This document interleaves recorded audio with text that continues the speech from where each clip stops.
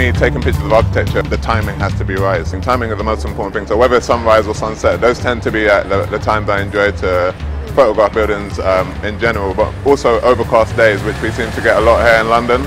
It's exciting because it helps to give that moody atmosphere, and that's kind of what I try to portray in a lot of my shots. It's more so just trying to portray that cinematic vibe in every still, just so it feels like it's like a shot that has a feeling to it. I'm obsessed with kind of making sure that things are aligned, the sharpness of the shot as well, and just making sure that I'm showcasing the architecture the way I see it.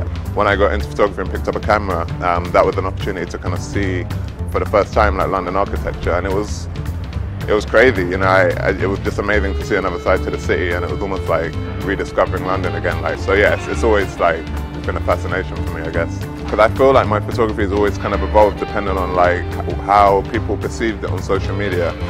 Based on feedback I got from people, then kind of like encouraged me to continue going in a certain direction, and it just kind of fueled, I guess, the fire to continue shooting and pursuing that type of photography. My interpretation of the theme, things are looking up, initially I was viewing it from a street photography perspective, because in the last year that's the direction I've been going in with my photography. So I was thinking of trying to incorporate it with a street kind of twist to it, which kind of went on for a little while, but the brief itself gave me that opportunity to actually revisit architectural photography, because it's something I haven't kind of exercised in like maybe 6 months, which feels like a long time to me.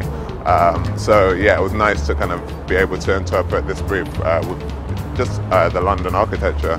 Again, the audience on Instagram is like so kind of global, and the way a lot of people who are not from here, especially people from the States, like whenever they saw a picture of the gherkin, their reactions were crazy. It was like they just couldn't compute that this was the real thing.